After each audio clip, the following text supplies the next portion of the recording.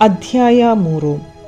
ಯಾರಾದರೂ ಶಾಂತಿ ಸಮಾಧಾನಕ್ಕಾಗಿ ಬಲಿದಾನ ಮಾಡಬೇಕಾದರೆ ಅಂಥವನು ಸಮರ್ಪಿಸುವ ಪ್ರಾಣಿ ದನಕರುವಾಗಿದ್ದಲ್ಲಿ ಅದು ಗಂಡಾಗಿರಲಿ ಅಥವಾ ಹೆಣ್ಣಾಗಿರಲಿ ಕಳಂಕರಹಿತವಾಗಿರಬೇಕು.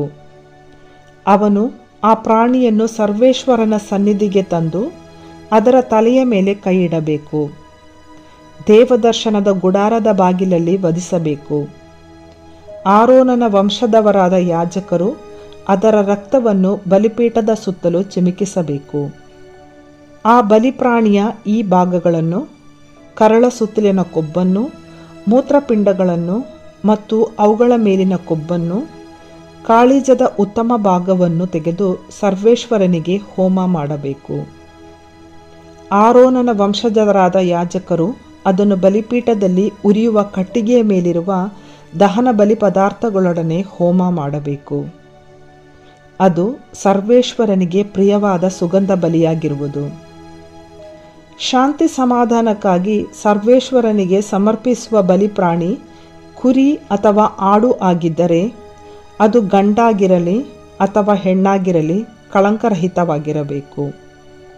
ಅದು ಕುರಿಯಾಗಿದ್ದರೆ ತಂದವನು ಅದನ್ನು ಸರ್ವೇಶ್ವರನ ಸನ್ನಿಧಿಗೆ ತೆಗೆದುಕೊಂಡು ಬಂದು ಅದರ ತಲೆಯ ಮೇಲೆ ಕೈಯಿಟ್ಟು ದೇವದರ್ಶನದ ಗುಡಾರದ ಎದುರಿಗೆ ಅದನ್ನು ವಧಿಸಬೇಕು.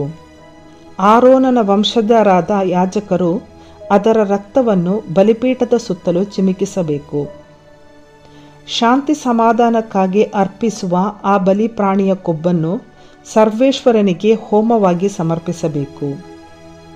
ಹೇಗೆಂದರೆ, ಬಾಲದ ಕೊಬ್ಬನ್ನೆಲ್ಲ ಬೆನ್ನೆಲುಬಿನ ಬಳಿಯಿಂದ ತೆಗೆದುಬಿಟ್ಟು ಅದನ್ನು, ಕರಳ ಸುತ್ತಲಿನ ಕೊಬ್ಬನ್ನು, ಮೂತ್ರಪಿಂಡಗಳನ್ನು, ಅವುಗಳ ಮೇಲಿನ ಕೊಬ್ಬನ್ನು ಮತ್ತು ಕಾಳಿಜದ ಉತ್ತಮ ಭಾಗವನ್ನು ಯಾಜಕನು ಬಲಿಪೀಠದ ಮೇಲೆ ಹೋಮ ಮಾಡಬೇಕು. ಅದು ಸರ್ವೇಶ್ವರನಿಗೆ ದಹನ ಬಲಿಯ ಆಹಾರವಾಗುವುದು. ಸಮರ್ಪಿಸುವಂಥದ್ದು ಆಡಾಗಿದ್ದರೆ ಅರ್ಪಿಸುವವನು ಅದನ್ನು ಸರ್ವೇಶ್ವರನ ಸನ್ನಿಧಿಗೆ ತೆಗೆದುಕೊಂಡು ಬರಬೇಕು. ಅದರ ತಲೆಯ ಮೇಲೆ ಕೈಯಿಟ್ಟು ದೇವದರ್ಶನದ ಗುಡಾರದ ಎದುರಿಗೆ ವಧಿಸಬೇಕು. ಆರೋನನ ವಂಶಜರಾದ ಯಾಜಕರು ಅದರ ರಕ್ತವನ್ನು ಬಲಿಪೀಠದ ಸುತ್ತಲೂ ಚಿಮುಕಿಸಬೇಕು. ಅದರ ಕರುಳ ಸುತ್ತಲಿನ ಕೊಬ್ಬನ್ನು, ಮೂತ್ರಪಿಂಡಗಳನ್ನು ಮತ್ತು ಅವುಗಳ ಮೇಲಿನ ಕೊಬ್ಬನ್ನು, ಕಾಳಿಜದ ಉತ್ತಮ ಭಾಗವನ್ನು ಸರ್ವೇಶ್ವರನಿಗೆ ಅಗ್ನಿಯ ಮೂಲಕ ಸಮರ್ಪಿಸಬೇಕು. ಯಾಜಕನು ಅದನ್ನು ಬಲಿಪೀಠದ ಮೇಲೆ ಹೋಮ ಮಾಡಬೇಕು.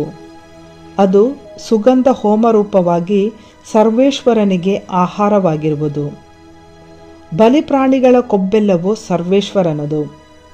ಕೊಬ್ಬನ್ನಾಗಲಿ ರಕ್ತವನ್ನಾಗಲಿ ತಿನ್ನಕೊಡುವುದು ಎಂಬುದು ನಿಮಗೂ ನಿಮ್ಮ ಸಂತತಿಯವರೆಗೂ ನೀವು ವಾಸಿಸುವ ಎಲ್ಲ ಸ್ಥಳಗಳಲ್ಲಿಯೂ ಶಾಶ್ವತ ನಿಯಮವಾಗಿದೆ.